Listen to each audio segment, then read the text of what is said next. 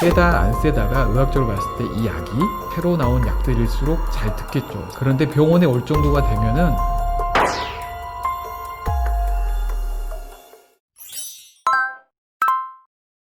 안녕하세요. 우리 집에 의사가 산다 심우진 원장입니다.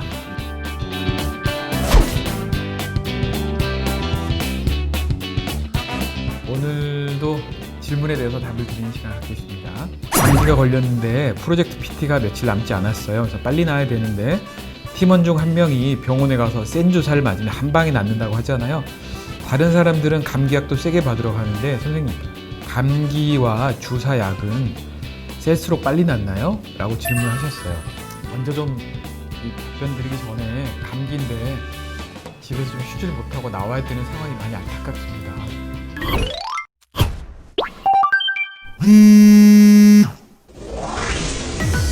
그리고 감기라는 게 이제 사실을 보면은 그 약하고 감기하고 별 상관없다는 얘기도 있고 상관이 있다는 얘기도 있잖아요. 그 얘기를 먼저 드릴게요. 우리가 생각하는 감기죠. 일반적으로 콧물 나고 목 아프고 뭐 기침 조금 하고 열도 약간 있을까 말까 그 정도는 사실 약이 필요 없기도 하고 꼭 필요하다면 이제 진통, 소염, 해열제 이런 거 예를 들어서 뭐 브루펜 같은 거 소염작은 없지만 타이레놀 같은 거 이런 걸로 이제 넘어갈 수도 있어요. 근데 이걸로 해결이 안 됐을 때가 문제죠, 사실. 보통 우리가 생각하는 감기는 이제 그 약으로 해결이 될 정도 가벼운 걸 감기라고 하고 의사 선생님들도 그런 경우는 약을 처방을 잘 안 하죠. 그런데 병원에 올 정도가 되면은 이미 그런 정도를 넘어선 경우가 많거든요. 감기인데 약을 쓰나요?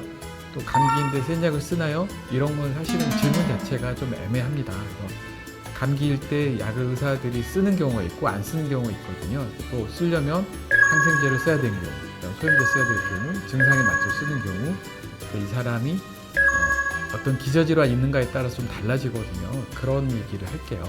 보통 감기를 의학적으로 정의를 하자면은 굉장히 많은 바이러스들이 몸에 들어와서 상기도 하기도 합쳐서 호흡기에 점막에 달라붙어서 일어나는 반응들이죠. 그래서 코에 나타나면 코점막이 부어오르면서 코가 막히고 이 바이러스를 씻어내려고 코에서 점액이 많이 분비가 돼서 콧물도 나오고 또 바이러스나 어떤 세균들이 자극을 하면 재채기도 많이 할 거고 기저질환이 알레르기가 있던 분들은 훨씬 더 이 증상이 심해지겠죠. 코가 막히면 코가 하는 일이 호흡기를 마르지 않게 촉촉하게 해주는 일이라고 했잖아요. 앞 영상들도 있지 않습니까? 이거 궁금하시면 한번 찾아보시면 되겠고요. 이것들이 이제 코가 막히니까 입안이 마르면서 인두, 구강점막, 기관지 점막, 폐점막이 건조해지면 세균들이 원래 있던 것들이 취약해지기도 하고 바이러스 자체도 굉장히 강력한 바이러스들이 있어요. 그런 애들이 들어왔을 때는 꼼짝 못하고 당하는 거거든요. 그래서 수분도 많이 먹고 이러면 좋은데 약들은 이런 내 몸의 저항으로 해결되지 않는 것들을 도와주는 역할을 합니다. 이제 환자분들이 세다고 하는 건 주로 어떤 거냐면 이제 약 자체가 지난번에 예를 들었지만 항히스타민제 같은 경우 1세대, 2세대 이렇게 있거든요. 3세대도 있지만은 1세대, 2세대에서 이제 졸림을 많이 줄이거든요. 많이 줄어드는데 1세대 약은 졸음은 있지만 굉장히 잘 듣는 편이에요. 여러 가지 증상들에. 근데 그런 것들을 많이 막아주려고 3세대는 아예 안 졸리지만은 환자분들 느끼기에는 1세대가 굉장히 안전해서 산모분들이 드셔도 되는 약들도 있거든요. 그럼에도 불구하고 졸리니까 세다 라고 생각을 하죠.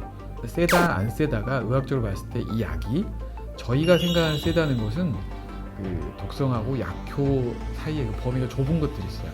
그런 것들을 쓸 때는 굉장히 조심해서 쓰게 되는데 이런 것들 저희 이제 강력하다 세다 또는 항생제도 옛날부터 나와서 많이 쓰다 보니까 처음엔 좋은 약이었는데 지금은 듣는 비율이 낮아진 약들이 있고 나온 지 얼마 안 돼서 쓰면 바로 낫는 약들도 있어요. 그래서 새로 나온 약들일수록 잘 듣겠죠. 세균들 접하지 못했으니까. 그러니까 그런 쪽으로 갈수록 강력하다 우리는 판단을 하는데 환자분들은 그거보다는 내가 먹었는데 속도 아파요. 또는 몸이 좀 두드러기 나는 것 같아. 이런 것들을 세다고 생각하시거든요. 그런 개념에 대한 질문이라서 좀 그러니까 얘기라는 게 그렇잖아. 서로 똑같은 얘기를 하는 것 같은데 서로 다른 방향으로 얘기를 하면은 접점이 없기 때문에 오해가 생기고 하는데 그 센 약을 쓴다라는 개념보다는 내가 힘들 때 병원에 와서 의사 선생님이 그 환자분이 왔을 때 병원 진행 과정에서 어떤 상황에 있느냐에 따라서 맞춰서 정확하게 진단을 하고 필요한 경우 주사도 놓고 또 이제 먹는 약하고 근육 주사하고는 이제 먹었을 때 흡수되는 이런 경로가 좀 다르기 때문에 모든 걸 우리가 먹은 이제 장에서 흡수된 건 간을 통해서 한번 거쳐서 들어오게 돼 있거든요. 그래서 간에서 이제 대사돼서 없어져 버린달지 약효가 낮아진다든지 할 수 있지만은 주사를 맞으면 간을 거치지 않고 바로 혈류로 들어가죠. 근육 주사는 좀 늦고 혈관 주사는 바로 들어가기 때문에 또 이용해서 굉장히 이익을 봤었을 때 굉장히 그런 경험 때문에 이런 얘기를 하시는 거예요. 약보다는 주사가 훨씬 더 설득력이 높다라는 건가요? 되게 이제 주사에 대해서 궁금해하시니까 말씀드리는데 주사라는 건 사실 현대학이 가지고 있는 장점 중에 하나예요. 근데 이걸 감기에 적용할 것이냐 말 것이냐에 대해서는 판단은 의사 선생님이 해주실 거고 범위가 있겠죠. 이 범위 내에서 높고 낮고 하는 것을 이제 결정해 주실 수 있을 겁니다.